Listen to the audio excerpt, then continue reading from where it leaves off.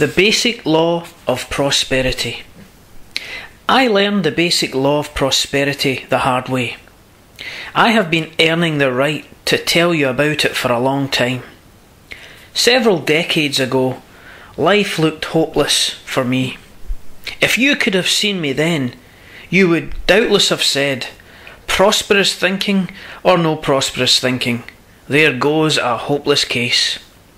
It was during this period that I learned about the power of thinking as an instrument for success or failure. It soon became plain to me that my previous failures were due largely to my previous failure thinking, but that the same power of thought, when rightly directed, could be the key to healthy, happy, successful living. What a realization it was on the day I read the words of Solomon. As a man thinketh within himself, so is he. Proverbs 23 verse 7. From the philosopher James Allen I learned, through his thoughts, man holds the key to every situation and contains within himself that transforming and regenerative agency by which he may make himself what he wills.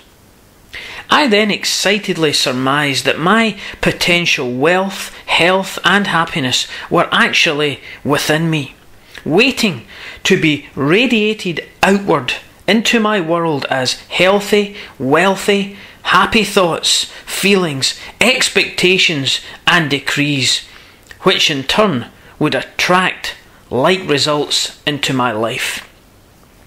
Upon thinking back, I now realise that consciously and unconsciously, I invoked the basic prosperity law of radiation and attraction every step of the way.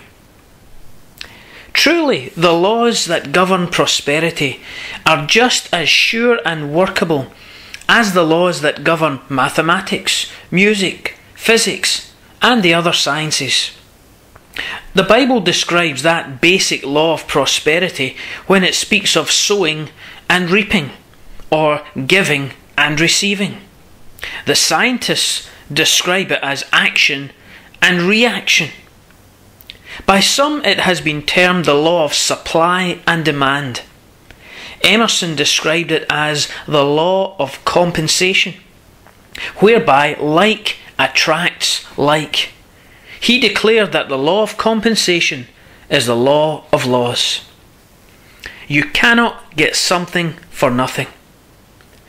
I agree with Emerson that it is time the law of compensation was emphasized as life's basic law.